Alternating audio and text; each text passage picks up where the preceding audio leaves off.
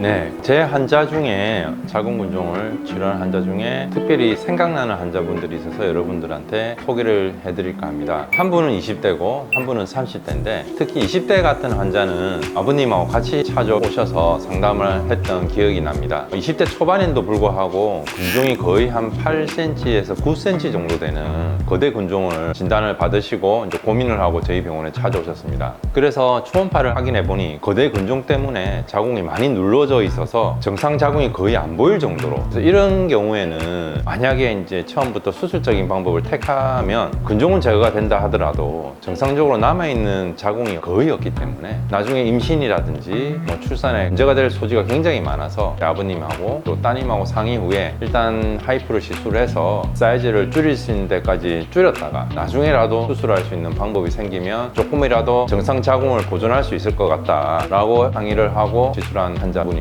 그래서 특히 이제 너무 어려서 제가 그 기억이 나는 환자인데, 이 환자 같은 경우는 일단은 저희들이 근종을 시술할 때는 정상 자궁을 안 다치게끔 디자인을 잘해서 근종 부위만 잘 치료할 수 있게끔 디자인을 해야만 합니다. 그래서 이제 초음파 사진을 한번 보시게 되면 이렇게 근종이 한 8, 9cm 되는 근종이 확인이 되고 이제 시술을 하게 됩니다.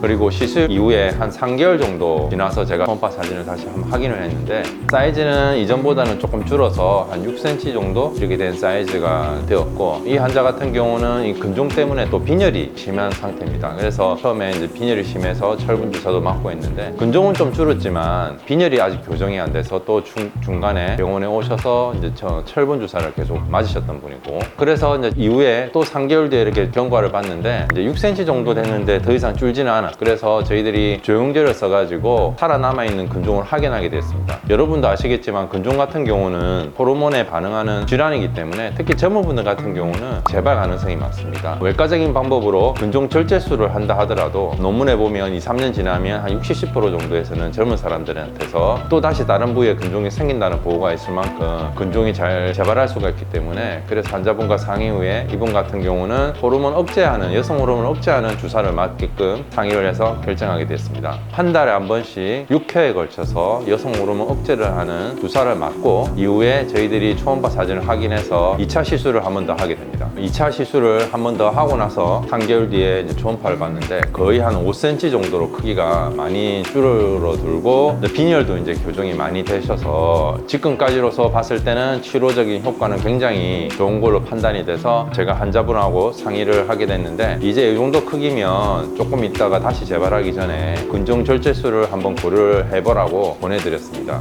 이 정도 사이즈면은 근종만 절제를 해도 정상적인 자궁이 아마 거기다 보존을 할 수 있는 상태일 것 같아서 앞으로 경과를 지켜보기로 했습니다. 그래서 이 환자 같은 경우는 일단 1회 시술을 받고 나서 본인이 느낀 거는 한 3달 정도 지났을 때 확실히 이제 배가 좀 들어간 느낌이 들었다 하고, 생리학은 아직은 많지만 시술 전과 비교했을 때는 현저히 좋아졌다고 합니다.